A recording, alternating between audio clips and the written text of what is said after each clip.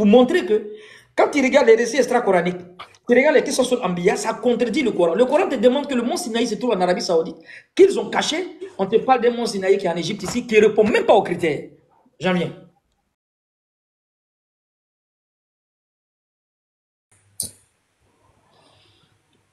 اللهم صل على محمد وعلى آل محمد كما صليت على إبراهيم وعلى آل إبراهيم إنك حميد مجيد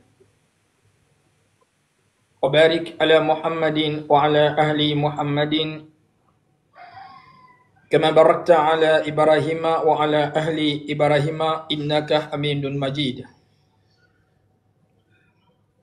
سبحان ذي العزة والجبروت سبحان ذي الملك والملكوت سبحان الحي الذي لا يموت سبحان الذي يميت خلائق ولا يموت سبح قدوس قدوس سبحان ربنا الأعلى رب الملائكة وروح سبحان ربنا الأعلى الذي يميت خلائق ولا يموت اللهم صل على من جاء بالإسلام كالشمس وضحاها وبالسنة كالقمر إذا تلاها ومن عاش في النهار إذا جلاها ومن تغمت في ظلمات الليل إذا يغشاها. Peut-on avoir été et ne plus être? Peut-on être et ne plus être? Sera-t-on et ne plus être? Si on a été, qu'on n'est plus, c'est qu'on n'est pas. Si on est, qu'on n'est plus, c'est qu'on n'est pas. Et si on sera, qu'on ne sera plus, c'est qu'en réalité, on n'a jamais été. C'est Allah qui a été, il n'a jamais cessé d'être, il est, il ne cesse pas d'être, il sera, il ne cessera jamais d'être. La causalité des causalités sans causalité et la finalité de toute finalité sans finalité, il est la base de toute chose sans que rien ne soit sa base, il est toujours l'intemporel-spatial. Vouloir le concevoir, c'est concevoir qui ne peut être conçu. Donc nous sommes dans la prophétologie prédictionnelle et prévisionnelle, la connaissance des prophètes et de leurs prophéties. Comme le dit Maître Méhité Mahmoud, il faut avoir une connaissance historique pour les non-contemporains, la connaissance événementielle pour les contemporains, la connaissance géographique pour comprendre le territoire où le prophète a été envoyé, la connaissance stylistique pour comprendre les métaphores, les allégories, et ce qu'on appelle la terminologie prophétique et la métaphore intellectuelle. Après, il y a la connaissance, n'est-ce pas, numérologique, c'est-à-dire ça va nous faire rentrer dans l'arithmo-islamologie. Donc ces critères de connaissance, ce sont des bases qui ont été établies par nos maîtres. Donc aujourd'hui, on va se baser sur la connaissance historique. On avait parlé des trois types des amoureux du Coran. On avait splitté en trois. On avait dit qu'il y avait des gens qui aimaient le Coran, n'est-ce pas? Ils croyaient au Coran, comme tous les musulmans, et ils croyaient pas au hadith du prophète sallallahu alayhi wa sallam. On avait déjà balayé ça, n'est-ce pas? On a parlé des coranistes du premier niveau, du deuxième niveau, du premier degré, du deuxième degré et du troisième degré. Et on avait déjà parlé des coranistes du premier degré, n'est-ce pas? Ceux, n'est-ce pas, qui ont, chez eux, ils croient au Coran. C'est ça, maître. Et ils disent que le prophète sallallahu alayhi wa sallam, tout ce qui a été raconté, tout ce qui a été cité, les mythologies, les paroles légendaires, ils prennent ça à bras le corps. C'est-à-dire, ils veulent démontrer à toute la gente humaine, c'est-à-dire à tous les musulmans, que coûte, vaille que vaille, maille que maille, c'est vrai et il n'y a pas de fausseté. Le deuxième groupe, ils croient au Coran, mais ils sont un peu vigilants. Ils savent que le prophète avait déjà prédit, alayhi salatu wassalam, Baligu anni walau aya, annoncez un verset que vous savez de moi.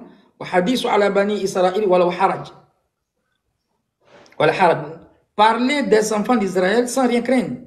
Après le prophète dit celui qui ment sur moi intentionnellement, qu'il prépare sa place en enfer. Donc il ressort clairement dans ce hadith là que le prophète met en garde les musulmans. Donc on doit être vigilant. Bien que le prophète a existé, bien que le prophète était vrai, n'est-ce pas? Il était dépositaire et transmetteur du Coran. Il a véhiculé, il a parlé. Pour ceux qui croient qu'il n'a pas parlé, c'est une erreur. On a donné, Inch'Allah, des hadiths sur l'eschatologie, sur l'embryologie, la cosmologie, l'orogonie, n'est-ce pas? Et sur l'eschatologie, les petits signes, les grands signes et les signes intermédiaires. C'était nos comètes. On est remonté sur la zoologie, on a donné des informations sur l'entomologie, où le prophète a parlé des insectes, la mouche, dans Boulough Mar'am. Ça, c'est déjà balayé. Donc, on est revenu au premier niveau, ceux qui disent que le prophète a parlé, tout ce qui a été raconté par le prophète, relaté par le prophète, n'est-ce pas? En réalité, que le prophète a dit. On a dit c'est faux. Donc, il est mieux pour tous les musulmans du monde aujourd'hui de se mettre au deuxième degré. C'est-à-dire, ils se mettent comme des gens qui croient à tout le Coran, tout ce qui est dans le Coran, de Bakar à Nas. Ils croient à plusieurs hadiths du prophète, mais ils se méfient, n'est-ce pas? Parce qu'ils ont menti sur le prophète. Et on avait donné une exemplarité sur quoi? Sur le paradis. On avait donné des versets, n'est-ce pas, qui démontrent que dans le Coran, même si on va faire un débat avec le Coran, avec les tafsirs, le Coran est tangible, plausible. Les versets sont probes et probants qui montrent que Adam alayhi salam n'a jamais été dans le paradis céleste, il était dans un jardin paradisiaque terrestre. C'est le Coran qui le dit avec plus de 10 arguments. On va aller encore plus loin pour dire que quand le Coran parle, ce n'est pas Ibn Kassir qui parle, ce n'est pas Jalaline qui parle, ce n'est pas Qurtubi qui parle. Ce sont des savants qui ont une lumière, qui ont expliqué le Coran dans les tafsirs. Donc on peut avoir des paroles qui découlent de la mythologie. On peut avoir des paroles légendaires, n'est-ce pas? Où les gens ils ont fait des stinbas, des déductions, mais qui ne collent pas avec les versets du Coran. Donc, on a splitté les coranistes à 3 niveaux, les musulmans. D'autres qui croient que le prophète a parlé, tout ce qu'ils ont attribué au prophète, c'est vrai, coûte que coûte, vaille que vaille, maille que maille.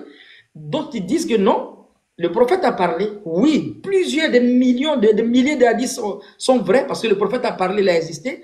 On croit à tout le Coran, mais on se méfie parce qu'ils ont menti sur le prophète. Et le prophète nous a prévenu que les gens vont mentir sur lui. Et le 3e degré, comme on avait parlé de la première émission, ceux qui disent que le prophète n'a jamais parlé, ils croient à aucun hadith, n'est-ce pas? Ils ont fait chasser croiser. Donc ils sont en guerre avec les coranistes du premier niveau et les coranistes du quoi? Du 3e niveau.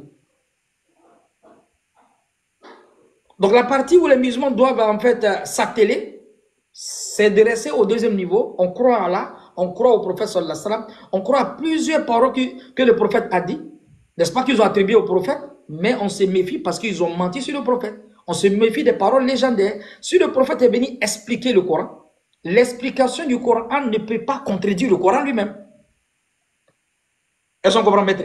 Le prophète a bien expliqué le Coran. Comment on voit qu'il est en train d'expliquer le Coran, ça devient les hadiths, et en même temps, il va contredire le Coran. Ça peut jamais être vrai. Donc, le premier critère, on a dit, c'est le Coran. Le 2e critère, les paroles du prophète. Le 3e critère, n'est-ce pas, les paroles des compagnons qui ont vécu avec le prophète. Et le 4e, les paroles des savants qui ont récolté les paroles du prophète, les paroles des compagnons, n'est-ce pas, et pour enseigner le commun des musulmans. Et on avait dit que on prend des preuves avec un savant, mais on ne fait pas de lui une preuve. Je prends des preuves avec Bukhari, mais je ne fais pas de Bukhari une preuve.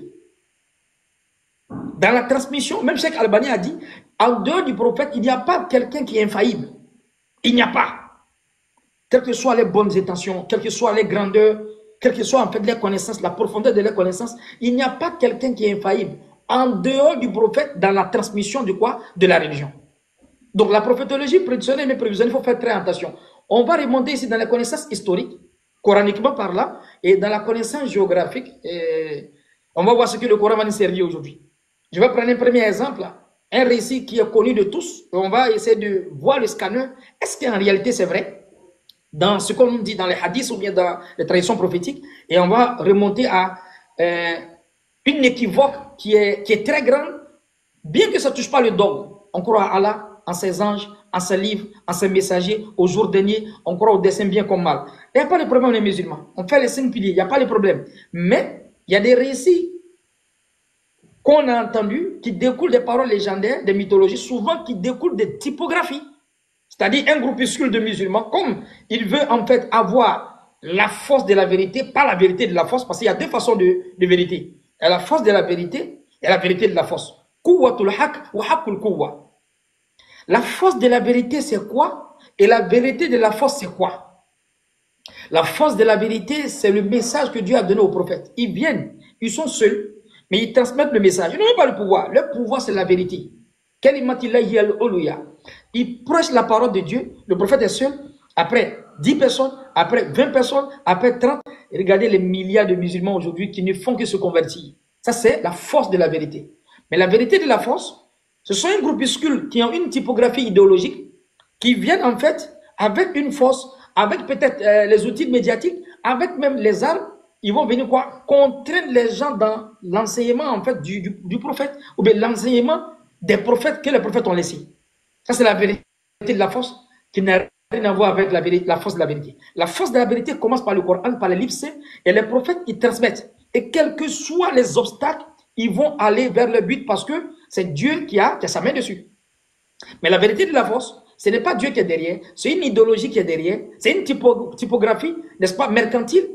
Ceux qui cherchent peut-être à avoir le dessus dans l'idéologie, n'est-ce pas, ils vont essayer de prendre certains musulmans, des gens que Dieu aime, en changeant les récits, soit avec des mythologies, soit avec des paroles légendaires. C'est ce que vous allez voir tout à l'heure là. Donc, on a splitté en trois. Le Coran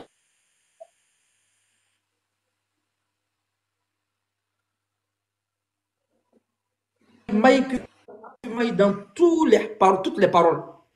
Non. Les Coraniques de deuxième niveau, ils disent que non. On croit au Coran, il n'y a pas de problème. Mais on croit à plusieurs hadiths du prophète. Le prophète a vécu, il a parlé. Mais on se méfie. Parce qu'ils peuvent mentir sur le prophète. Et le Coraniste de troisième niveau qui est exagéré, n'est-ce pas? Ils sont rentrés dans At-Tasawwuf, ils sont rentrés dans le fanatisme.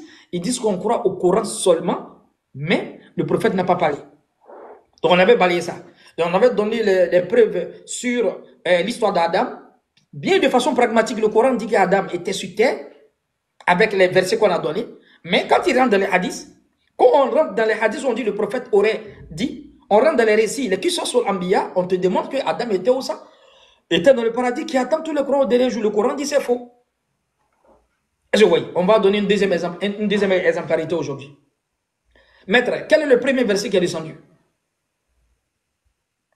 Parce que le Coran est marqué, est compilé sur l'ordre liturgique, c'est-à-dire l'ordre de la compilation et à l'ordre de la révélation chronologique.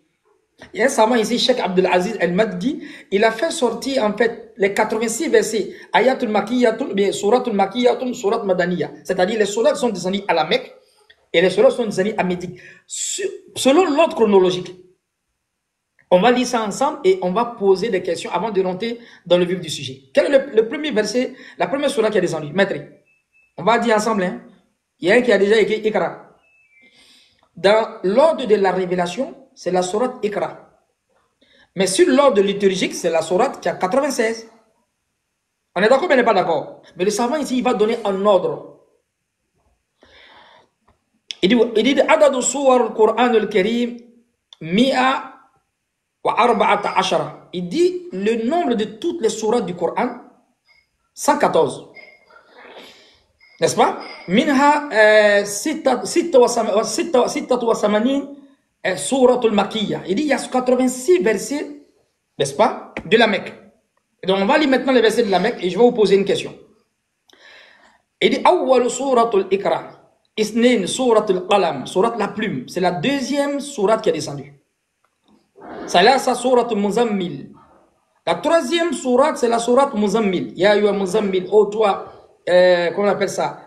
Comme il est là, il l'a collé, un truc comme ça. Oh toi, en fait, toi me revêtis de manteau, lève-toi et prie. Après, sourate Mudassir. Rabi'an sourate Mudassir. Khamisan sourate al-Fatiha. Il dit la cinquième sourate qui est descendue, selon l'ordre chronologique, c'est la sourate Fatiha. Sadisan suratul Masad. Il dit la sixième c'est suratul Masad. Tabbat yada abi lahabin wa tabba. Après, sabi'an suratul Takwir. Généralement, les sourates qui sont descendues, c'était pour regaillardir les gens sur en fait le paradis et puis de leur faire craindre l'enfer. Donc les versets qui descendaient, ça choquait les musulmans. Souvent, ça parlait de l'enfer, ça parlait du paradis. Suratul Takwir. Et Jasham Shoukou Wirat. Ça c'est la septième sourate. Thamin suratul A'la. Il dit la huitième sourate c'est suratul A'la. Sabi ismi rabbika al-A'la. On va aller un peu rapidement. Neuvième suratul Wallayli iza yaghsha, sourate le jour. 10e, il dit c'est sourate al-Fajr. Écoutez bien, il y a 2 sourates là-bas sur lesquelles je vais poser une question. La 10e sourate, selon l'ordre chronologique, c'est la sourate al-Fajr. La 11e sourate al-Duha, wa-Duha wal-Layli iza saja. N'est-ce pas? Ma wa'adaka rabbuka wa ma qala wa lal-akhiratu khairu laka min al-ula. Wa la sawfa yu'tika rabbuka fatarda. Et là-bas, dans cette sourate-là, la sourate est tellement belle, il y a la connaissance stylistique là-bas. Allah dit au prophète, Alam yajidika yatiman fa'awa. Je t'ai pas trouvé en fait, qu'on appelle ça. Je t'ai trouvé orphelin et puis je t'ai secouru. N'est-ce pas? Alam yajidika yatiman fa'awa wajadaka dalan fahada. On t'a trouvé égaré, on t'a guidé. On dit, ouais, le prophète n'était pas musulman avant et après il est devenu prophète. Même s'il était bon avant, le fait qu'il est devenu prophète, il est devenu plus bon. Dès qu'il s'appelle Mohamed Al-Amin, quand il est devenu prophète encore, il est devenu encore plus bon. Ça me rappelle même un hadith du prophète sallallahu alayhi wa sallam. Ils ont demandé au prophète, qui est le meilleur des hommes? Et le prophète dit, c'est Joseph. Il est prophète d'Allah, il est le fils du prophète d'Allah, il est le fils du prophète, n'est-ce pas? Ce prophète encore, son père est l'ami d'Allah, il parlait d'Abraham. Les Sahaba, il dit, Ya Rasulallah, c'est pas ce qu'on te demande. Et le prophète a compris que les Arabes sont en train de dire parmi eux qui est le meilleur, quoi. Et le prophète dit, Khiyaruhum fil jahiliya wa khiyaruhum fil islam iza faqahuhum. Les meilleurs d'entre vous, à l'époque pré-islamique, sont également les meilleurs d'entre vous à l'époque islamique quand ils sont instruits dans l'islam. Maître, est-ce que tu me suis? Ils ont posé la question sur les Arabes. Le prophète dit, les meilleurs d'entre vous, à l'époque pré-islamique, c'est-à-dire avant l'islam, ceux qui avaient un bon comportement, qui était mieux, qui était bon, ils sont également les meilleurs d'entre vous à l'époque islamique quand ils sont instruits dans l'islam. Si on rétrograde vers le passé, parmi tous les gens, parmi les Arabes, qui avait le meilleur comportement? Maître, c'était le prophète. N'est-ce pas? On l'appelait Mohamed Al-Amin. Donc il était meilleur parmi eux tous. Mais imaginez encore, il est devenu prophète encore. Qui peut le dépasser? Personne. Donc, Alam yajidika yatiman fa'awa, wajadaka dolan fahada, wajadaka a'ilan fa'agna. Là, il y a la connaissance stylistique qui ressort. On t'a trouvé égaré, on t'a guidé, il n'était pas prophète, il est devenu prophète. D'autres donnent d'autres explications que je ne vais pas parler. Après, on t'a trouvé, suivez bien le verset, on t'a trouvé pauvre et puis on t'a enrichi. Il est mort à combien de millions? Maître, il est mort à combien de millions? Allah dit au prophète, ceux qui ont des compréhensions stricto sensu, qui ils lisent le Coran en français, parmi les certains qui veulent faire le débat avec les musulmans, ils lisent le Coran en français. Le Coran donne en fait des explications de haute pointe. Il dit, on t'a trouvé pauvre et puis on t'a enrichi. Le prophète est mort à combien de millions? Quand il a tiré sa révélation, il avait combien? Il avait donné des terrains pour donner en fait comme aumône. Et il avait des choses qu'il a laissées encore quoi? En aumône. Il a laissé un peu ses habits, son pantalon avec quelque chose seulement. Donc, tu as trouvé pauvre et puis on t'a enrichi. De quelle richesse Dieu Allah est en train de parler ici? Là, ça nous ramène dans la connaissance stylistique. Quelle est la richesse Dieu parle? Au fait, la richesse, c'est quoi? Le fait de ne pas zikrer, c'est une pauvreté. Le fait de ne pas se prosterner devant Allah, c'est une pauvreté. Le fait de ne pas quoi? Le fait de ne pas adorer Allah, c'est une pauvreté. Donc la richesse ici, il s'agit de la richesse de l'âme. Et le prophète dit, la richesse ne consiste pas à avoir beaucoup de biens. La meilleure des richesses, c'est de quoi? Le fait de quoi? D'enrichir l'âme. Spirituellement. Donc, Allah dit, on t'a trouvé pauvre et puis on t'a enrichi. Il est mort avec combien?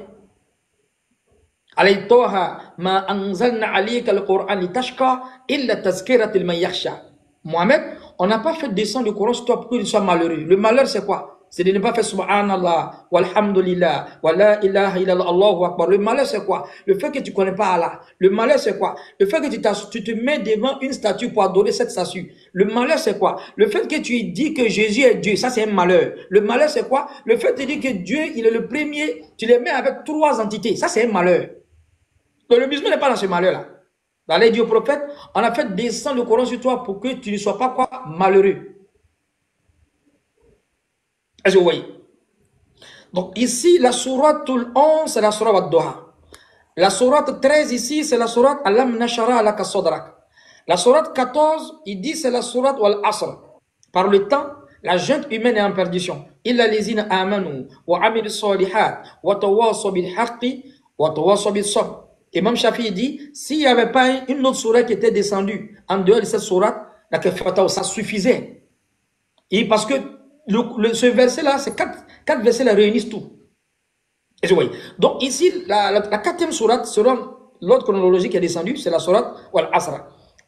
14e ici, la 13e plutôt, 14e c'est la sourate Wal-Adiyat Dabha. Et la 15e sourate Al-Kawsar. Inna a'tawnaka Al-Kawsar. La 16e c'est la sourate Al-Takasur. Al-Hakum Al-Takasur hatta zurtum al-maqabir. Exactement. La 17e c'est la sourate Ma'oun. Allah dit fawailul lil musallin allazina hum an salatihim sahun, c'est-à-dire les ustensiles, bien l'ustensile. La 18e c'est la sourate Kafirun. Qul ya ayyuhal kafirun la a'budu ma ta'budun wa la antum a'biduna ma a'bud. Dis ô mécréants, je n'adore pas ce que vous adorez. Vous n'êtes pas adorateur de ce que j'adore. Je ne suis pas adorateur de ce que vous adorez. Lakum dinukum waliya dini. À vous votre religion et à moi ma religion.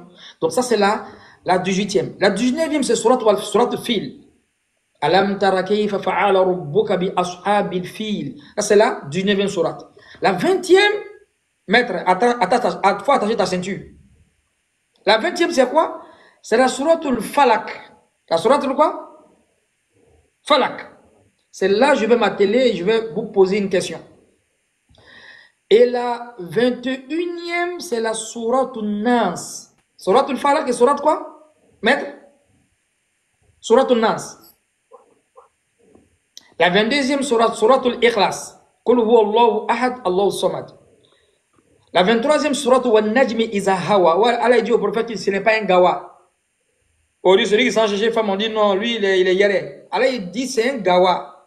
Parce que lui qui ne connaît pas la religion, celui qui désobéit, en réalité c'est un gawa. En fait, gawa c'est un mot arabe.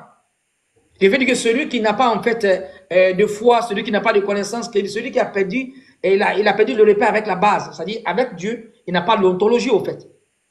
Man sahibu wa man gawa. Wa asa Adam rabbuhu fa gawa. Adam a désobéi, il est devenu gawa. Donc gawa ici signifie une personne en réalité qui s'est éloigné de Dieu. C'est devenu le contraire aujourd'hui. Qu'Allah nous pardonne. Après, la 24e sourate qui est descendue, c'est Abasa wa Tawalla. Entre le prophète et puis l'aveugle Abdullah ibn Maktoum. La 25e, c'est sourate Al-Qadr. Inna anzalna fi laylatil qadri. La sourate qui parle de la nuit destinée. La 26e, c'est la sourate Wa-Shams wa Duhaha. C'est-à-dire qui parle du soleil et des autres asra. Après, la 27e, c'est la sourate Al-Buruj, où l'histoire du roi qui a tué les croyants et puis elle a fait ressortir l'histoire dans le Coran. Suivez ça très bien. Après, la 28e, c'est la sourate Wa-Tin wa Zaytoun, c'est-à-dire le figuier et l'olivier. Après, la 29e, c'est ça, c'est la sourate Al-Quraysh. Li'ila fi Qurayshin, ila fihim, rihlata shita'i wa sayf, falyabudu rabba hazal bayt, allazi at'amahum min ju'in wa amahum min khawf. Et la 30e, c'est la sourate Al-Qariya. La 31e, c'est la sourate qui parle du jour de la résurrection. Sourate Al-Qiyamah. N'est-ce pas? La 32e, c'est la sourate Wailul likulli humazatin lumaza. La 33e, c'est la sourate Mursalat. La 34e, c'est la sourate Al-Qaf. La sourate Bala, c'est la sourate la 35e. Jusqu'à la fin. Et la sourate qui est descendue, la 21e sourate, la 20e et la 21e sourate, sourate quoi, maître? Sourate quoi? Sourate Al-Falak et sourate Nas. Tu sais pourquoi j'ai posé ces deux questions, hein? Maître? Non. Donc, il ressort clairement dans l'histoire, dans la prophétologie prédictionnelle bien prévisionnelle, dans la connaissance historique, la sourate Falak et la sourate Nas est descendue, les deux sourates sont descendues où? À la Mecque ou à la Médine? À la Mecque.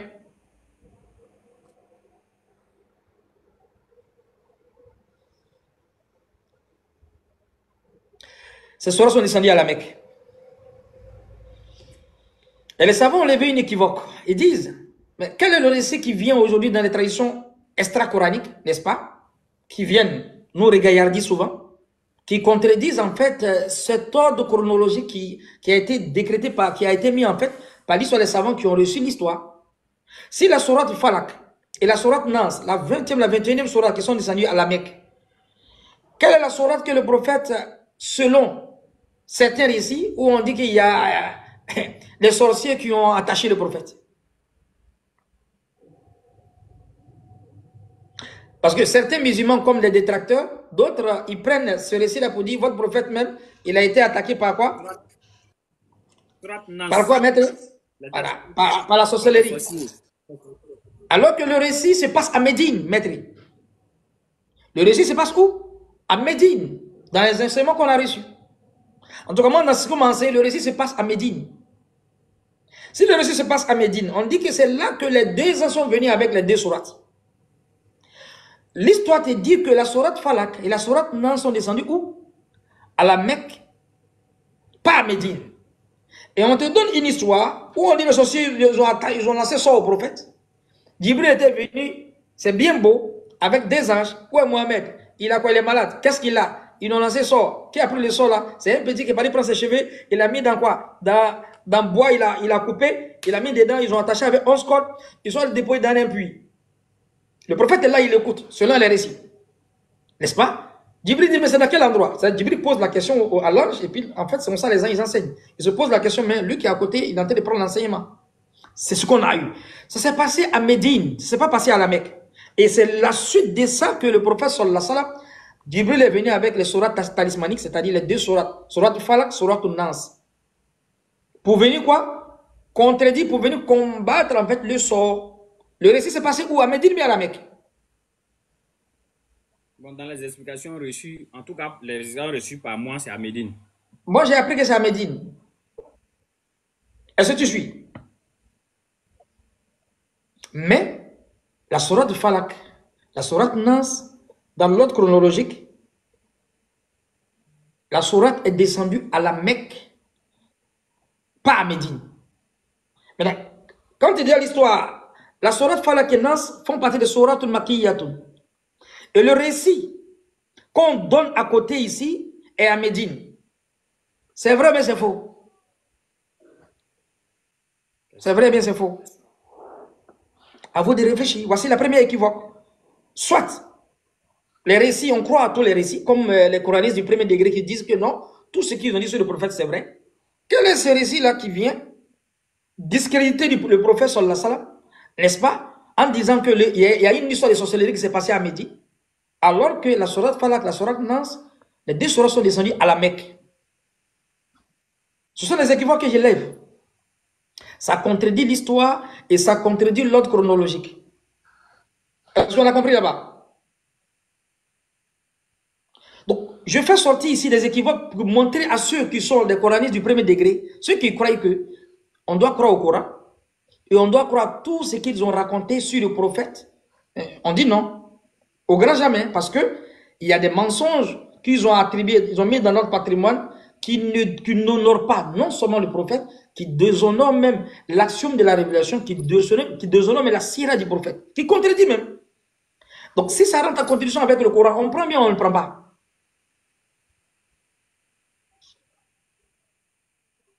On prend bien ou on ne prend pas? Donc, c'est un exercice à domicile à devoir. L'histoire s'est passée à Médine. La sourate Fala, la sourate Nan s'est descendue à la Mecque. L'histoire est vraie, mais c'est faux. Ceux qui vont dire c'est vrai, ils vont faire une pirouette encore. Mais j'attends, quand je vais entendre peut-être la correction, c'est une première équivoque. La deuxième équivoque encore qui va contredire le Coran, c'est une histoire qui était balbutiante. Cette histoire-là a été racontée, je ne vais pas dire par plusieurs savants qui sont vraiment aguerris, que ce soit en Côte d'Ivoire partout. Et on a pris aussi ces récits partout. Mais le Coran dit c'est faux. Il s'agit de quoi?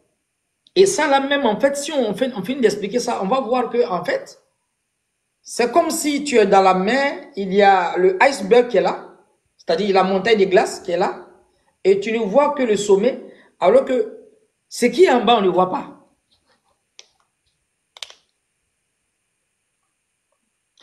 Le prophète Moïse est né où? En Égypte, non?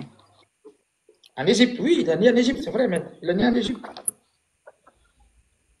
Il a eu la révélation où?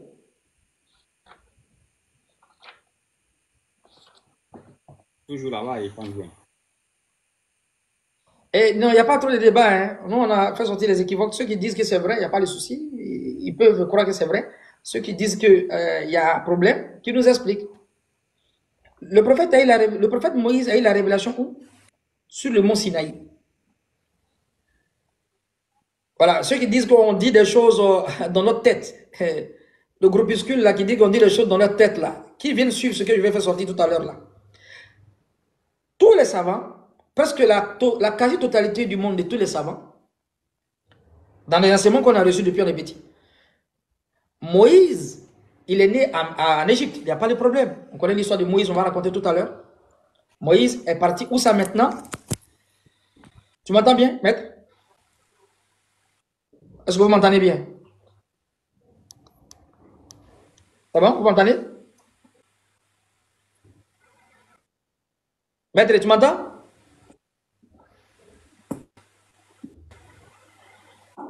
Vous m'entendez?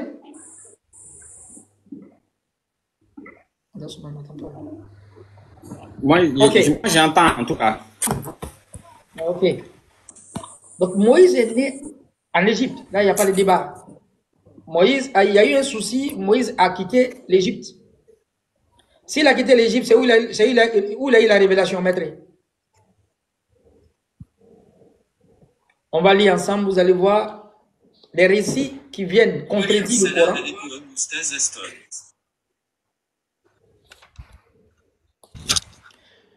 On nous parle du mont Sinaï. Le mont Sinaï, tu vas trouver des gens qui me regardent actuellement, les musulmans qui me regardent actuellement. Si tu vas leur poser la question, le mont Sinaï est où? Ils vont te dire que c'est en Égypte ici. N'est-ce pas? Tu te demandes tout à l'heure là. Ceux qui disent qu'on parle dans notre tête là. Si tu leur poses la question, parce que c'est ce qu'on a reçu, ils vont te dire le mont Sinaï c'est en Égypte. Peut-être que vous serez surpris, mais découragé de votre frère Aziz Khan. Le mont Sinaï de Moïse, en réalité, ce n'est pas en Égypte. On va bien de preuve avec le Coran. Le mont Sinaï d'Égypte, le vrai mont Sinaï qui a été caché par le royaume saoudien, se trouve sur la péninsule arabique. Aujourd'hui, c'est caché, bien que d'autres le savent, mais c'est le Coran même qui montre que ce n'est même pas là-bas, au fait. Ce n'est pas ici. On reconnaît que Moïse a fait un effort, il a fait sortir les Juifs sur le jour de l'esclavage pour les faire traverser la mer Rouge. On va regarder la cartographie. Dans la cartographie, quand tu prends la carte, n'est-ce pas, d'Afrique, ou bien la carte du monde, on voit où est la mer Rouge, où est la mer Méditerranée. Donc Moïse, qu'est-ce qu'il fait? Moïse gagne la révélation. Moïse, il va en fait tuer quelqu'un rapidement et il va sortir de l'Égypte. Maître, lis la sourate 28.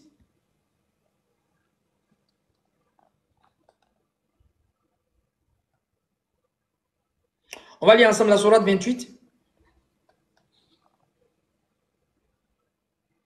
Au verset, on va prendre rapidement le verset. Très bien. 14. Sourate 28 au verset 14, maître. Oussaz, vous avez bugué, hein? Tu m'entends bien? Moi, je suis là, j'entends bien. Ouais, tu avais bugué, il n'est rien compris. La sourate 28 au verset 14. Vous allez voir ce que le Coran présente et ce qu'on nous présente dans les récits. Sourate al-Qasas. Sourate 28, verset 14. Oui. Et quand il eut atteint sa maturité et sa pleine formation, nous lui donnâmes la faculté de juger et une science. C'est ainsi que nous récompensons les bienfaisants. Lis le verset 15.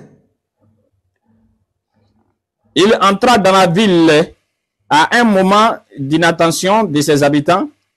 Et il trouva deux hommes qui se battaient. L'un était de ses partisans et l'autre de ses adversaires. L'homme de son parti l'appela au secours contre son ennemi.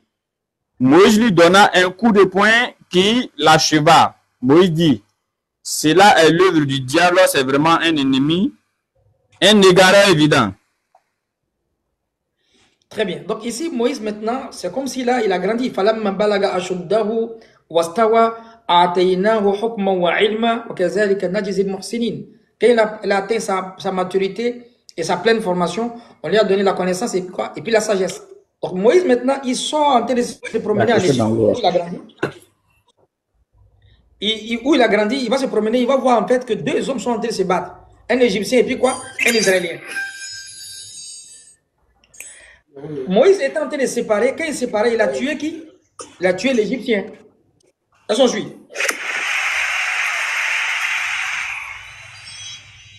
Moïse tue l'Égyptien. Suivez ça très bien. C'est très très capital ce qu'ils sont en train d'expliquer. Moïse tue l'Égyptien, n'est-ce pas? Il dit non, c'est une œuvre du diable parce qu'il n'a pas fait exprès. Il a voulu séparer. Qu'est-ce qui se passe maintenant? Au verset 18, maître, le lendemain encore, Moïse, un autre jour, Moïse est en train de se promener encore. Qu'est-ce qui se passe?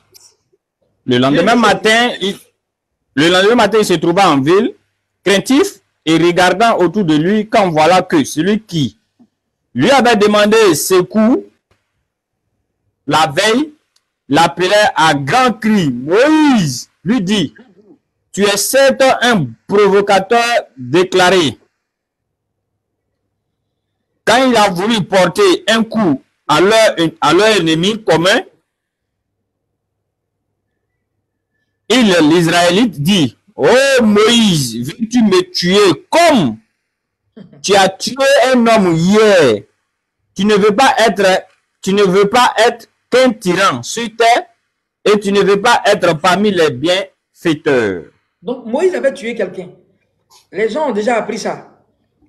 Le lendemain encore, le papato là, lui qui a cherché palabre là, il est pas dit, fait un autre palabre encore avec un Israélite. Donc Moïse est en train de séparer, comme Moïse a la force, l'Israélien là, lui il était au courant. Il dit Moïse, tu veux me tuer comme tu as tué en fait un Israélien hier? Ah, donc en fait, les gens ils ont eu vent de cette qu'on appelle ça, cette mauvaise, comment on appelle ça, manière d'agir. Donc du coup, Moïse a commencé à avoir peur. Il a tué un gars. Qu'est-ce qui va se passer maintenant? Au verset 20, qu'est-ce qui se passe? Je fais la lecture. Oui, vas-y. Ok. Quand il voulut porter un coup à leur ennemi commun, non, ça c'est verset 19, verset 20. Et c'est alors qu'un homme vint du bout de la ville en courant et dit, oh Moïse, les notables sont en train de se concerter à ton sujet pour te tuer. Quitte la ville, c'est le conseil que je te donne. Très bien. Donc là, il y a un bang qui vient maintenant. Les notables sont en train de se concerter pour tuer Moïse parce que Moïse a tué quelqu'un. Donc il y a un gars qui est venu dire à Moïse, faut quitter la ville, sinon c'est gâté. Hein? C'est gâté. Si on t'attrape, ils vont te tuer. Au verset 21, qu'est-ce qui se passe, maître? Vas-y. Il sortit bras craintif, regardant autour de lui, il dit, Seigneur, sauve-moi de ce peuple injuste. Et alors, lorsqu'il se dirigea vers Madian, il dit, je souhaite que mon Seigneur me guide vers la voie droite.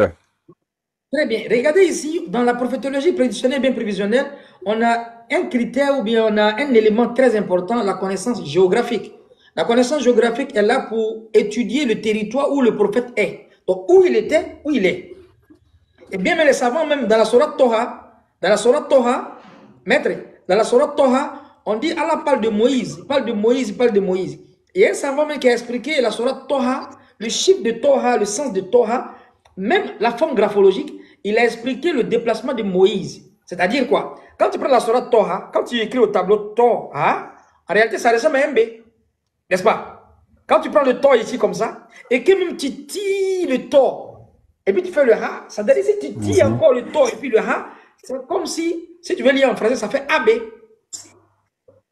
Il dit tout simplement que Moïse est quitté d'un point A à un point B. Il dit tout déplacement des prophètes se fait d'un point A à un point B. Moïse est quitté à la Mecque, comment on appelle ça? En Égypte. En Égypte, il est allé à Madian. De Madian encore, il est quitté d'un point A à un point B pour venir prêcher encore en Égypte. Donc tout déplacement des prophètes se fait d'un point A à un point B. Et quand il est la sourate Toha, il dit même si tu écartes cette sourate là, en réalité ça ressemble en français à AB.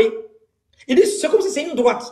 Donc tous les prophètes, ils ont fait un mouvement avec la religion. Ça c'était une parenthèse. Donc ici Moïse, Il se retrouve où ça? À Madian. Donc il n'est plus en Égypte. Maître, est-ce qu'il est en Égypte? Non, non, non, non. Donc il fuit avec les doigts. Donc Moïse quitte l'endroit, il arrive à Madian. Madian se trouve où? On a besoin de deux informations ici dans ce que je suis en train d'expliquer. On a besoin de deux choses. Il y a une information qui est déjà ancienne. Il y a une autre nouvelle technologie qui vient d'arriver il n'y a pas longtemps. On appelle ça la cartographie et la cartographie sous-marine. La cartographie sous-marine, c'est quoi? C'est-à-dire les gens, dans 10 à 2 décennies qui vont venir, les gens seront arrêtés de chez eux à la maison et ils vont voir ce qui se passe dans la baie alors qu'ils sont assis chez eux. La cartographie sous-marine. Ça n'a rien à voir avec le documentaire. Ils vont rester en fait à la maison et en direct, ils vont voir les choses qui se passent au bord de la mer, bien dans la mer. Est-ce que vous voyez? Donc Moïse ici, il est quitté en Égypte, il est arrivé où ça maintenant? À Madian. À Madian. Madian se trouve où? Je demande à tous les frères qui ont étudié la géographie, qui sont partis à l'école, prenez la carte, chrétiens comme musulmans, hein, prenez la carte d'Afrique. Il y a le seul endroit où on pouvait quitter en Égypte pour rentrer à Madian. C'est-à-dire, Madian, c'est sur la péninsule arabique. C'était le delta du Nil. Le delta du Nil. Le delta du Nil, c'était en haut. Il y avait une seule partie où on peut monter, où il y avait la terre, où tu n'as pas besoin de traverser l'eau, où tu marches, tu peux rentrer, n'est-ce pas, pour rentrer à Madian, pour rentrer en Arabie Saoudite. Aujourd'hui, avec l'évolution, à cause des commerces maritimes, ils ont fait ce qu'on appelle le canal de Suez. Ils ont coupé un endroit là-bas parce qu'il y a la mer Méditerranée qui est derrière l'Europe. Alors que pour que les gens passent là-bas, les gens contournaient l'Afrique avant. Donc, il y a un raccourci, ils ont coupé en fait l'endroit pour que les bateaux puissent passer pour aller à Madagascar. On appelle ça le canal de Suez. Donc, avant là-bas, ce n'était pas le canal de Suez. Il y avait la mode d'été où les gens partaient au delta du Nil pour rentrer en Arabie Saoudite. C'est là-bas que le prophète Joseph, où les caravaniers l'ont pris pour aller le vendre là, c'est par là-bas qu'ils ont passé pour rentrer en Égypte. Est-ce que vous comprenez? Avant de lire là-bas, on va retourner dans la sourate 12. Mais c'est très capital ce que je suis en train de dire. C'est juste pour démontrer aux gens que Moïse n'a jamais été dans un mont Sinaï, où ça? En Égypte. Le vrai mont Sinaï qui a été caché, si vous voulez, par le royaume saoudien, avec les gens de la gauche, se trouve sur la péninsule arabique. Moïse a eu la révélation en Arabie Saoudite. Moïse n'a pas eu la révélation en Égypte ici. Le mont Sinaï, comme c'est rentré dans le commerce à cause d'une typographie mercantile, le mont Sinaï qui a été rebaptisé ici par la sainte, la fille de la reine, de la sainte Élisabeth, la fille d'un, je pense, je suis oublié, d'un grand prêtre qui a rebaptisé ici mont Sinaï. Sinon, historiquement, ça ne répond pas aux critères. C'est le Coran même qui le dit. Même la Bible n'est pas en déphasage avec le Coran dans ça. Il n'y a même pas de débat dessus. Moïse a eu la révélation en Égypte et il se déplace pour aller à Madian. Madian se trouve où? S'il va à Madian, il est en sécurité. S'il est en sécurité, c'est qu'il n'est pas dans la royauté des pharaons. Comment Moïse s'est retrouvé en Égypte? Donc, quel endroit où on peut passer vers le détail du Nil ici pour entrer où ça? En Égypte. C'est la sourate 12 qui va nous dire. On retourne dans la sourate 12.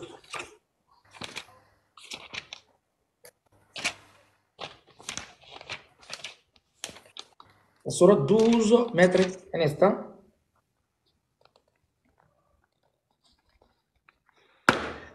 Très bien. Au verset 19. Sourate 12, 19. Or vint une caravane. Ils envoyèrent leurs chercheurs d'eau qui fit descendre son eau. Il dit, bonne nouvelle, voilà un garçon. Et ils le dissimulaient pour le vendre telle une marchandise. Allah cependant savait fort bien ce qu'il faisait. Continue au verset 20. Et il le vendit à vil prix pour quelques dirhams comptés. Il le considérait comme indésirable. Et celui qui l'acheta était de l'Égypte. Il dit à sa femme, accorde-lui une généreuse hospitalité. Il se peut qu'il nous soit utile ou que nous l'adoptions comme notre enfant. Ainsi avons-nous raffermi Joseph dans le pays et nous lui avons appris l'interprétation des rêves. Et Allah est souverain en son commandement, mais la plupart des gens ne le savent pas. Très bien, maître. Merci. Donc, au verset 19, on parle des caravaniers. On parle des caravaniers qui sont venus prendre Joseph. Donc, ces caravaniers-là partaient où? Ils voyageaient. Dans les voyages, il y avait en fait un Égyptien dedans où ils ont vendu en fait, comment on appelle ça? À qui ils ont vendu Joseph. Et cet Égyptien-là est venu avec Joseph où ça? En Égypte. Donc comment ils se sont déplacés? Comment ils sont rentrés? S'ils sont en Palestine là-bas, dans l'endroit où Jacob était avec les frères de Joseph, où ils ont vendu Joseph, c'est qu'ils ont pu le détail du Nil. Le seul endroit pour passer, vous prenez la cartographie, le seul endroit pour passer, quand vous voyez l'Afrique comme ça, il y a le delta du Nil là-bas. C'est pas là-bas que les gens sont rentrés. Pas en haut. Donc des Madianes, de Palestine là-bas, il y avait une seule mode de terre qui était connue de tous, où les caravaniers passaient, c'est là-bas ils sont venus vendre Joseph en Égypte. Donc il y avait une seule route, c'était le delta du Nil. C'est pas en haut qu'ils sont passés pour descendre en Égypte. C'est par la même voie que Moïse a passé quand il a fui aussi. Il y avait une seule route, il n'y a pas deux routes. C'est la même voie. Donc, les frères de Joseph, si tu vois, ils sont venus de vendre en Égypte, c'est parce que ce n'était pas dans le même pays, ils allaient reconnaître Joseph. Donc, ils l'ont vendu d'un autre endroit. C'est-à-dire, ils ont enlevé Joseph en Palestine pour aller le vendre d'un autre endroit. Raison pour laquelle son père pleurait. Donc, où il est sur la péninsule arabique, ce n'est pas l'Égypte. L'Égypte n'est pas l'Arabie Saoudite, n'est pas la péninsule arabique. Si on a compris ça, on va comprendre l'histoire de Moïse. Donc, avec la cartographie, on comprend que le delta du Nil, il y avait un seul endroit avant qu'on ne mette le canal de Suez.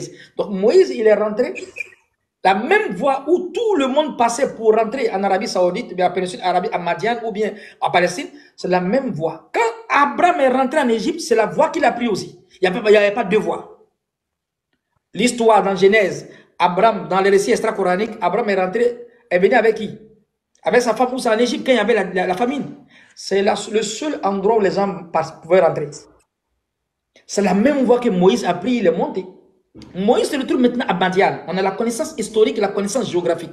Si se retrouve à Madian, quelle est la conversation de Moïse avec Madian? Pour montrer que la royauté de Pharaon ne gouvernait pas là-bas, là-bas il était tranquille. Jusqu'à qu'il a travaillé 10 ans. Ce qui n'était pas chez Pharaon. Ça montre que l'endroit, ce n'était pas en Égypte. On va lire là-bas, on retourne dans la sourate 28 mètres. Pour montrer que, quand tu regardes les récits extra-coraniques, tu regardes les questions sur l'Ambiya, ça contredit le Coran. Le Coran te demande que le mont Sinaï se trouve en Arabie Saoudite, qu'ils ont caché. On te parle d'un mont Sinaï qui est en Égypte ici, qui ne répond même pas aux critères. J'en viens. La sourate 28, maître.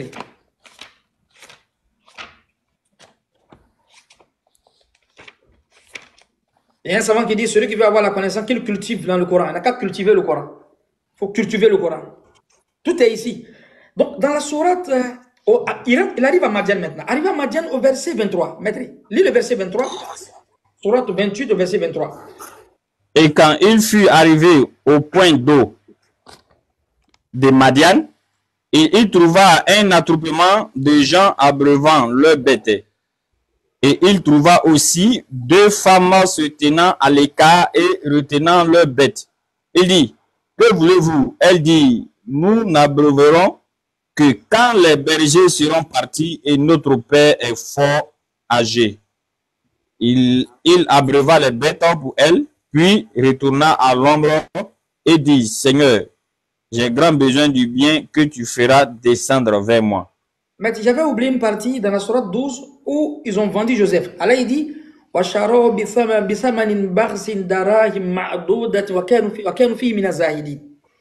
on l'a vendu avec quelques pièces de dirham. Est-ce que le dirham existait dans les temps? Non. Ici, dans la connaissance stylistique. Pourquoi Dieu est en train de parler d'une monnaie que le prophète utilisait qui n'était pas au temps de Joseph? Et ça va égyptien qui dit non. En réalité, comme le Coran est là pour faire comprendre les gens, le Coran parle à la fahamul insan. Le Coran parle à l'échelle de la compréhension de l'homme et dans l'endroit où il est. Pour faire comprendre à un Français, c'est comme si Dieu disait on l'a vendu à 3 euros. Le Français comprend. Pour parler à un Ivoirien, il y a un gars qui utilise ces francs CFA, on l'a vendu peut-être à une somme modique à 2000 francs. L'Ivoirien comprend que donc, ils n'ont pas vendu cher. Tu veux parler à un Américain, tu vas dire peut-être on l'a vendu à peut-être à 2 dollars. On sait qu'ils n'ont pas bien vendu. C'était tout le moins cher. Un prophète, ils l'ont déshonoré. Alors il dit, on l'a vendu avec quelques pièces de dirham. Parce que la monnaie qui était utilisée là, en réalité, au temps du prophète, c'était le dirham. Dieu n'a pas utilisé la monnaie au temps du prophète Joseph. Il a utilisé la monnaie au temps du prophète Youssouf, au temps du prophète Mohammed sallallahu alayhi wa sallam, parce que c'est la monnaie qu'il connaissait. Donc il a fait une équivalence. Allah a converti ça, si je peux le dire ainsi, pour leur montrer l'équivalence. À quel moment, à quelle valeur ils ont vendu Joseph. Et ça, c'est la beauté du Coran.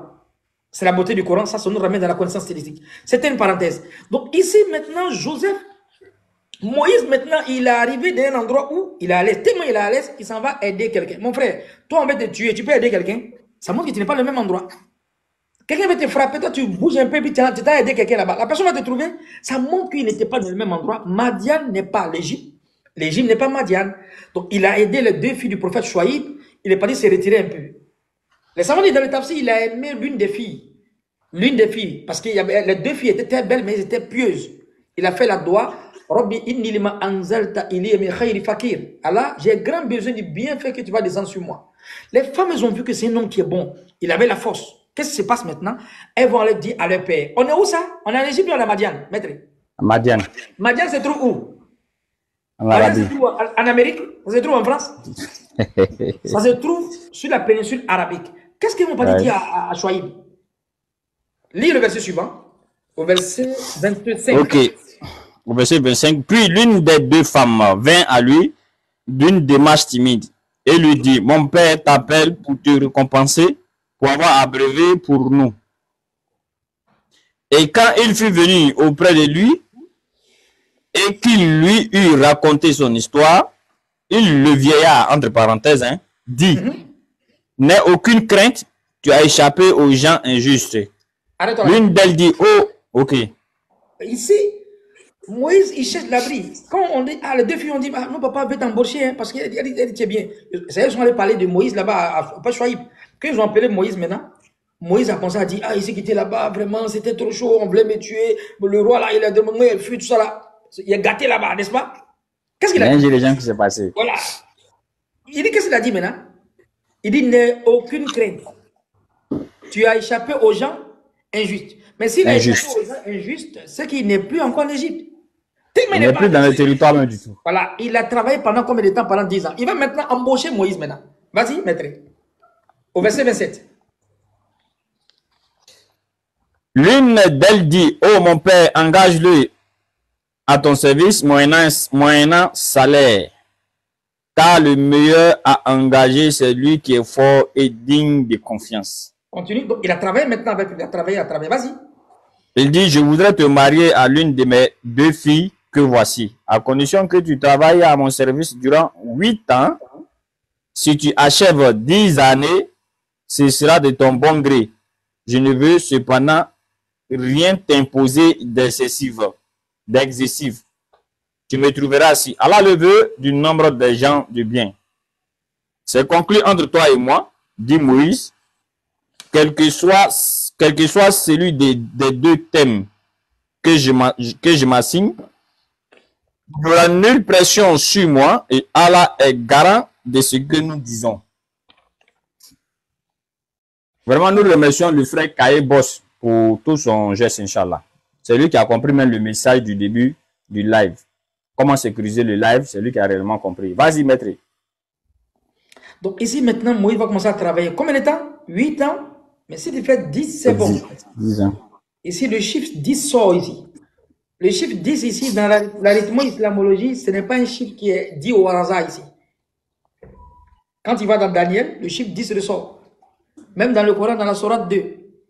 Elle a dit ceux qui, en fait, vont rattraper, ils n'arrivent pas, en fait, dans les rites du pèlerinage, ils peuvent jeûner 7 jours, et s'ils retournent, ils jeûnent 3 jours, et s'ils retournent, ils vont jeûner 7 jours. Ça fait combien? 10. 10. Tellement ça fait 10, dans la sourate Bakara, il dit, Tilka asharatu kamila. Ça fait 10 qui est complet. C'est là qui dit 10 est complet. Pourquoi? Parce que 1, 2, 3, 4, 5, 6, 7, 10, après 10, les chiffres qui vont revenir prennent un autre cycle. Au fait, 10, c'est un chiffre cyclique. Le chiffre 10 t'envoie d'un autre cycle. Raison pour laquelle Daniel, avec ses congénères, quand il voulait traverser, il y avait un recrutement dans la maison du roi Nabucodonosor. Il a voulu des gens pour travailler. Et comme le roi, il tuait les moutons, les trucs pour les idoles, et puis les gens mangeaient, Daniel a vu que non, ça c'est pas halal. Donc Daniel n'a pas voulu manger. Mais celui qui servait, il a peur. Il dit, mais si vous ne mangez pas, vous n'allez pas travailler. Il dit, ça c'est un coup entre nous deux, mais ne dis pas au roi. On va jeûner pendant combien de jours? Pendant 10 jours. Pendant combien de jours? 10 jours. 10. Et 10 jours après, qu'est-ce qui se passe? Le roi, il les a vus, tellement ils ont la lumière, en beau point. Le roi dit, il les a vus, ils sont devenus 10 fois meilleurs que les autres. Le chiffre 10 revient toujours. C'était une parenthèse. Donc ici, le chiffre 10 n'est pas fortuit. Ça nous explique dans l'arithmo-islamologie, chaque chiffre a une force. Que le Coran qui dit ça. Donc Dieu utilise ces chiffres-là dans la prophétologie.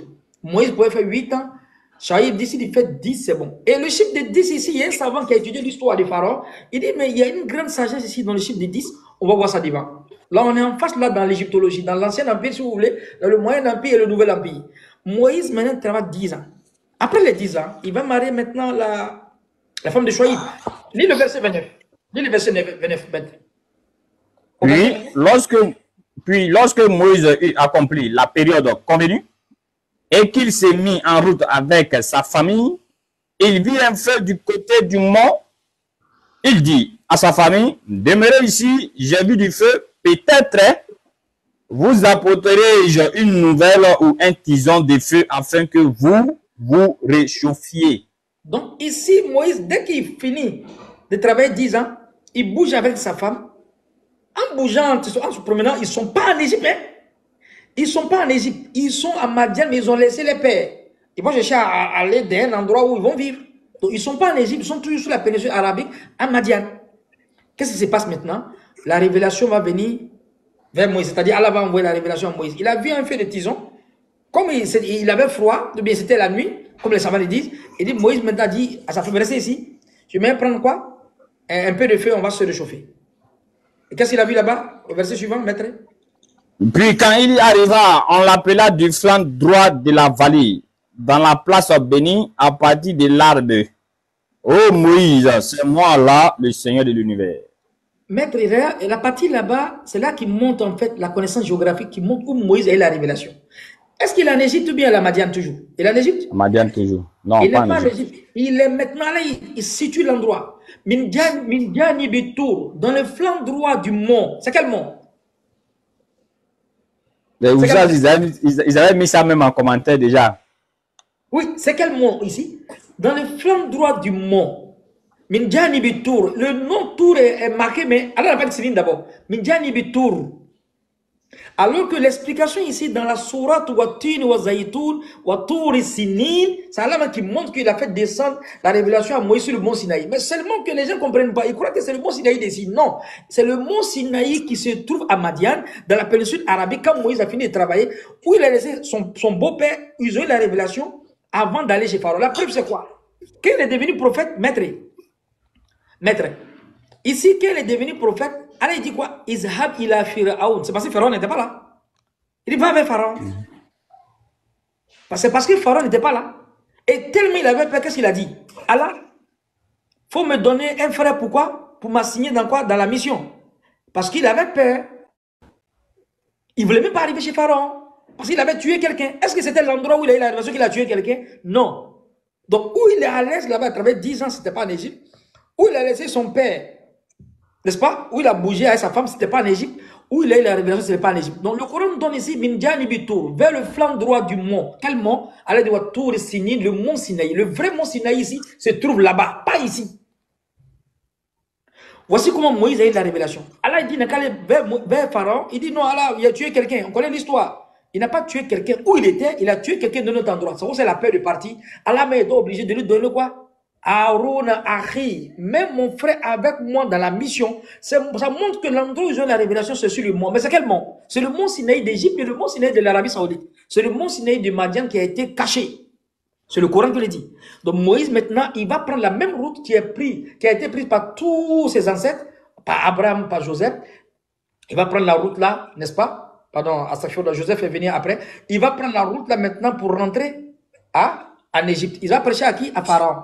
Ce n'est pas là-bas où il a eu la révélation. Mais c'est ça qu'on comprend là-bas d'abord. Est-ce qu'on a bien compris? Moi, je suis déjà passager. Donc, ce n'est pas là-bas où il a eu la révélation. Et retenez le verset 20, le verset que Maître a lu tout à l'heure, là, où il dit il a eu la révélation sur le mont, sur le, comment on appelle ça, sur le flanc droit du mont. C'est ce même endroit-là. Moïse, quand il va traverser la mer, il va retourner encore son peuple dans le même endroit. Écoutez ça très bien. Il va traverser la mer. Il y a deux. Si les gens disent que Moïse a traversé la mer Méditerranée, c'est qu'il est parti en Beng. Il a dit un Benguis. Il est parti en Beng. Ah, il est parti en Beng. Soit c'est la mer Rouge et bien la mer Méditerranée. Alors que la mer Rouge, regarde l'autre côté de l'Arabie Saoudite.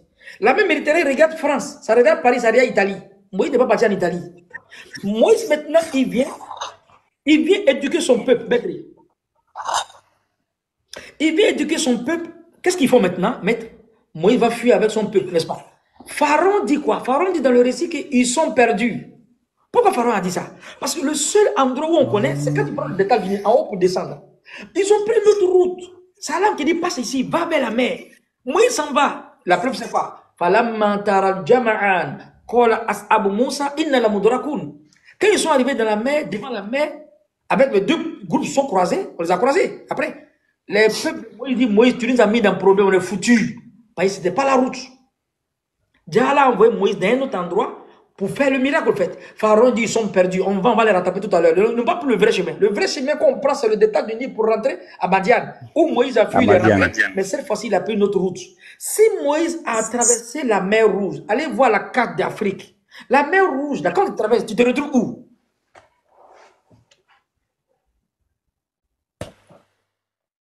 Quand tu traverses la mer Rouge, tu te retrouves sur la péninsule arabique, coûte que coûte, vaille que vaille, maille que maille. Soit vous me dites que Moïse est parti en Beng, c'est devenu Benguis, soit Moïse a traversé la mer Rouge. Alors que le récit montre qu'il a traversé la mer Rouge. Mais s'il traverse la mer Rouge, où il est avec son peuple?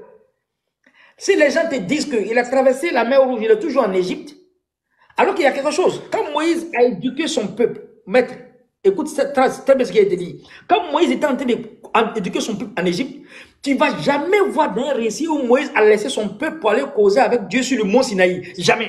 L'histoire du mont Sinaï est venue quand ils ont traversé la mer Rouge. Je reprends. L'histoire du mont Sinaï est venue où il laisse son peuple sans causer avec Dieu un peu là. Parce qu'il éduquait son peuple dans la foi. Il n'y avait pas d'abord l'enseignement, c'est la foi. Croyez en Dieu, Dieu va vous enlever dans vos problèmes. Quand il traverse la mer Rouge, maintenant, c'est là les enseignements viennent. Mais comme les enseignements doivent venir maintenant, il laisse son peuple aller prendre les commandements. Il laisse son peuple aller prendre les commandements. Donc, l'histoire de laisser son peuple avec le bon samaritain, avec Samiri, pour aller causer avec Dieu pour revenir, c'est après la traversée. Ce n'était pas en Égypte.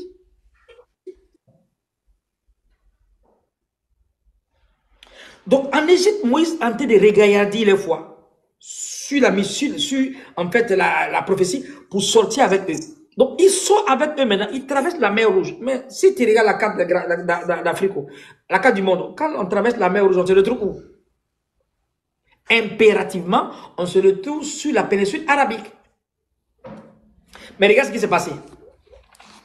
Dans la sourate 20, et est-ce qu'elle va dire encore? La sourate 20, Allahu Akbar, au verset 80. La même histoire, Allah répète là-bas. Après qu'ils ont traversé la mer Rouge, où ils sont partis maintenant? Il fait. Sourate 20 au verset 80. Sourate 20, 80. Au verset 80. Il y a un mot là-bas, maître. Tu as lu tout à l'heure là au verset 28. Allah il dit, il a eu la révélation sur le flanc droit du mont. Et regarde le verset 80 encore de la sourate 20.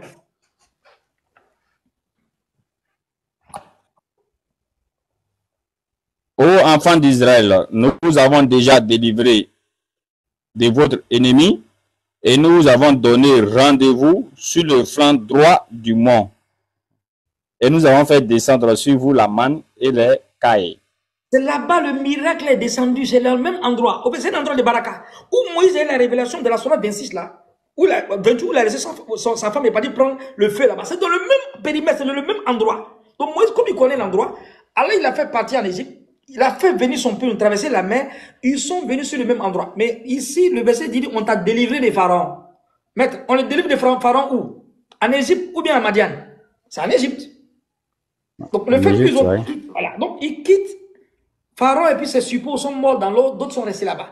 Est-ce que tu suis? Donc on t'a délivré des pharaons. Après ça, maintenant, on t'a donné rendez-vous où? C'est parce qu'ils ont traversé la mer Rouge. Ils sont dans l'autre côté.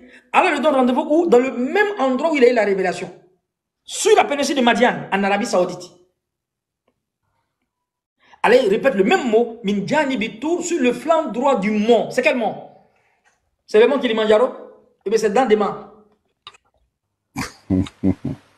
Non, maître, soit ils vont te dire que Moïse est parti en Beng, il devient un Benguis avec son peuple, soit Moïse est parti en Arabie Saoudite.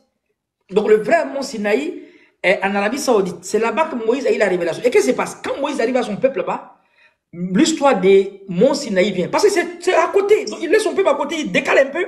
Il va faire 40 jours et puis il revient. Ceux qui disent que le mont Sinaï en Égypte ici, donc, ils vont te dire que Moïse a laissé son peuple encore. Il est venu monter pour aller encore sur le mont Sinaï en Égypte pour revenir.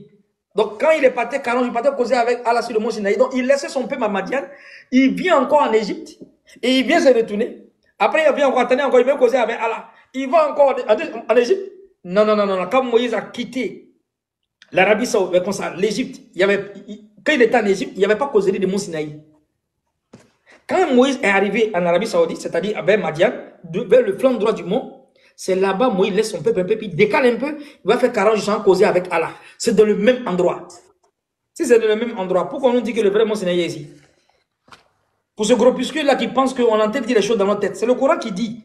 Et ça contredit certains qui sont sur Ambiya qui disent que le mont Sinaï est ici en Égypte. C'est faux. Le vrai mont Sinaï est en Arabie Saoudite, ça a été caché par le royaume saoudien. À cause de quoi? Je pense que je vais mettre ça prochainement. Ça va nous faire rentrer dans quelque chose encore que les gens peut-être n'ont jamais entendu. Quand les gens ne cultivent pas le Coran, tout fait basse. Quand on ne lit pas le Coran, ne médite pas sur le Coran, on va faire dire au Coran ce que le Coran n'a pas dit. Tu penses que le prophète ne savait pas ça? Mais rien ne dit les explications qu'on donne aujourd'hui. Quand on laisse même l'histoire d'Adam. Combien de musulmans qui pensent que le mont Sinaï se trouve en Égypte? Alors que ça ne répond même pas aux critères dans la cartographie, même dans la cartographie sous-marine.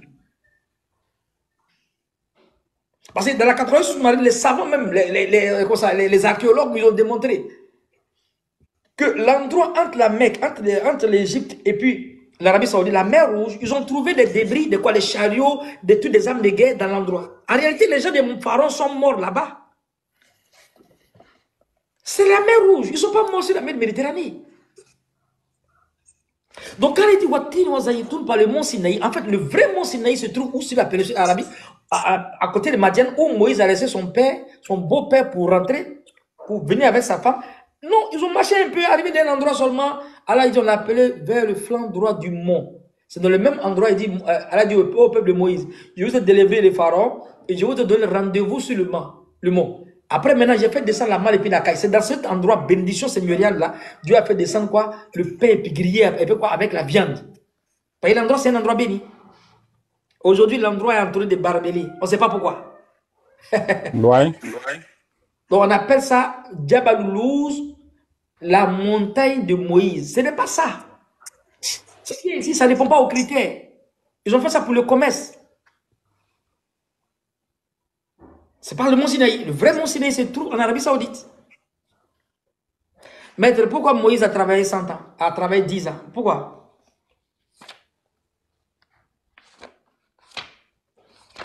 Hein? Il voulait marier la fille, l'une des filles des trucs. Non, pourquoi Chouaïb dit il faut travailler 8 ans. Mais si tu fais 10, c'est bon. Bon, là, maintenant, vous allez nous enseigner, Inch'Allah. Oui, maître, c'est que tu connais. Il y a un verset où Pharaon dit laissez-moi tuer Moïse. Tu connais le verset là? Passe à la Sourate 26. Attends, il trouve ça rapidement. Combien cherche le verset rapidement? Zaroni anectole Moussa. Laissez-moi tuer Moïse. Laissez-moi tuer Moïse. Donc, le vrai mot Sinaï n'a jamais. Comment ça contredit le Coran? Là, on est en face là de l'égyptologie. Laissez-moi tuer Moïse. Je pense bien que c'est Sourate 40, verset 26, non?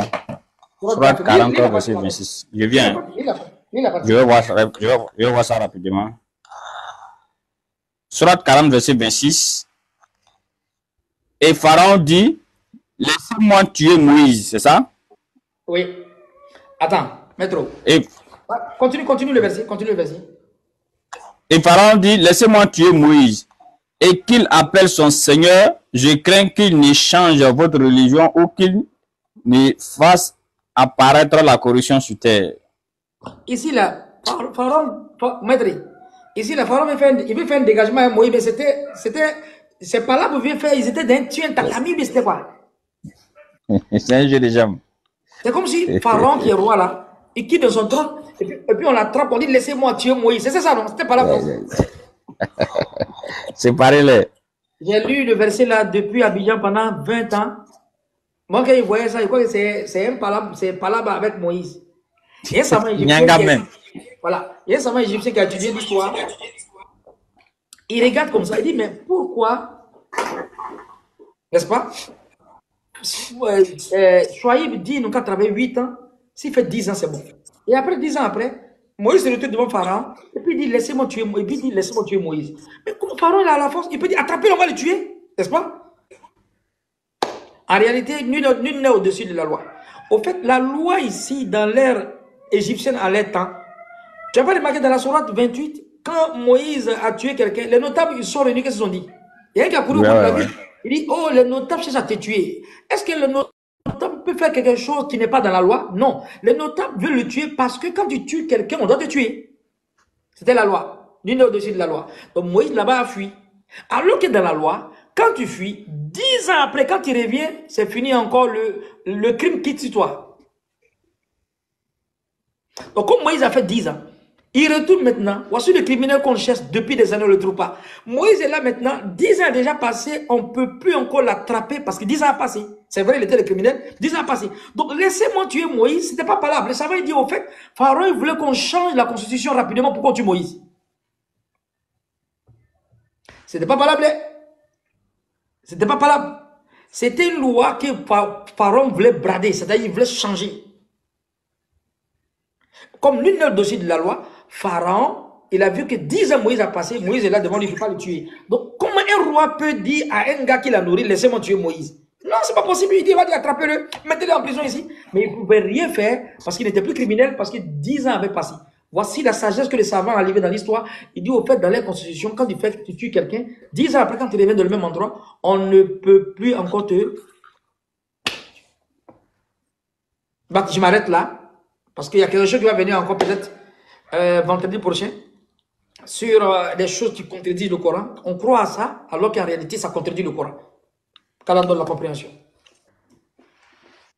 Ah, Amina Yarabi, vraiment, vous savez, quand les oussages donnent des coups, on ne peut même pas que ça finisse. C'est comme le mercredi passé là. Quand l'imam a dit donnait les trucs, moi j'étais là, il ne voulait même pas que ça finisse. Même chose aujourd'hui encore. Quand le maître a commencé, un coup comme ça, il dit on va arrêter aujourd'hui. On va arrêter aujourd'hui comment, maître? Donc, alhamdoulilah, comme on le dit, tout ce qui est important, n'est-ce pas, ça ne dit jamais. La nourriture qui est douce n'est jamais beaucoup. Sinon, tu seras découragé de ça. Donc, on va demander aux frères qui ont quelques questions.